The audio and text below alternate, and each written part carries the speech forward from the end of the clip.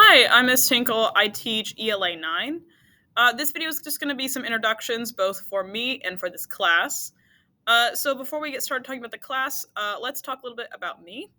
Like I said, I am Miss Danielle Tinkle. I graduated from Ball State University, and I actually have a background both in English education and gifted and talented education.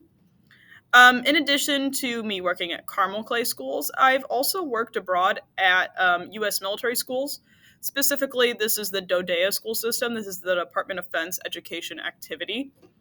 And these schools are for military children, both parents who are abroad serving us in active duty, or working around the base, or serve us domestically in the United States. These are schools specifically for these children on U.S. bases. Um, I worked at the Ramstein, Germany base at Ramstein Air Force Base, and this is where I completed my student teaching. So here's my contact information. I have both my email and my phone number with the party extension.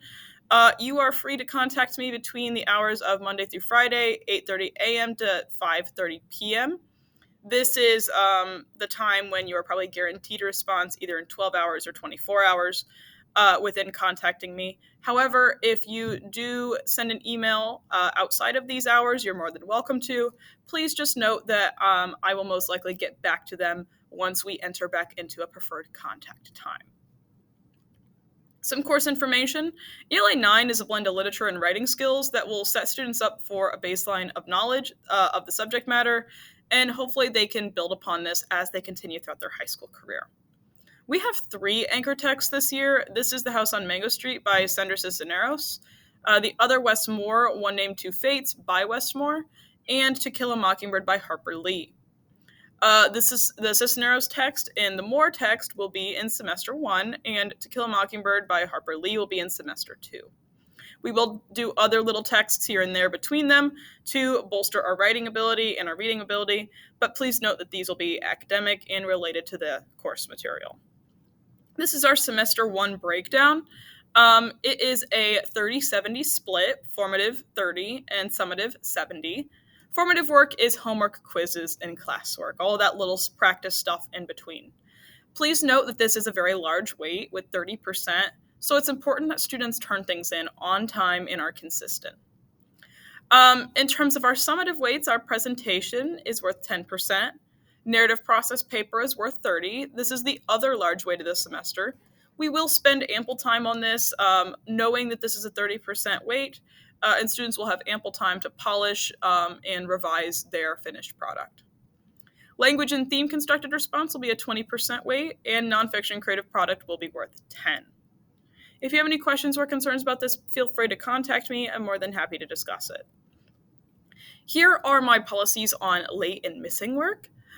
Students will receive 2 late passes per unit. Our units typically run a month and a half long, and they may use these passes on any formative assignment work that we have.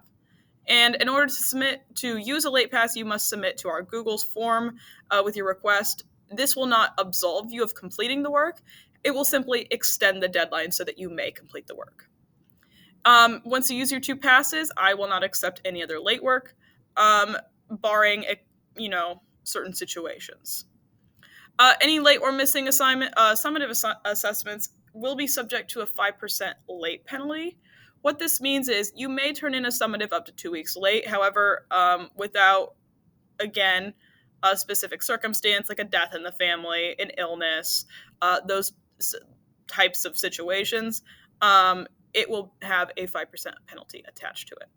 And I'm always welcome to discuss that, discuss situations. I always tell students communication is key in this class. You gotta, even if it's one of those emergency situations, you gotta tell me what you know right when you know it so I can help you. Reassessment policy. At times, we will have certain summatives that are available for reassessment or to get points back. Now, not every summative we have will have this opportunity attached to it, but some of them will. In this case, students need to have submitted all original work on time. They need to have completed any of those steps along the way on time. And they need to have turned the original product in on time.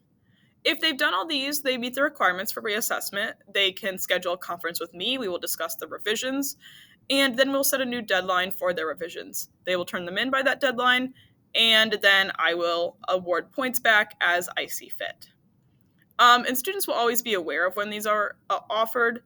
Um, and I'm being intentionally vague by what those revisions look like because revisions for a project versus a presentation versus an essay look very different. So they change based on the type of product. Finally, student expectations.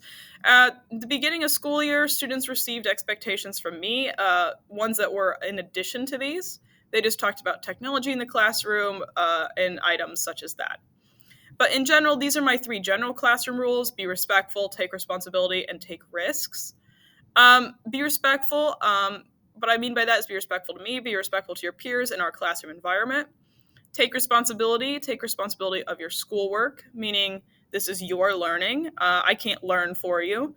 So it's a good idea to start, getting into those study habits, coming to class prepared, and being open to learn new things. Additionally, take risks. I know every student in this class is capable, and I will push them to reach, the edges of their capability, which I assume are very high and very broad. Um, I know that students can do great things, and every student can do something great.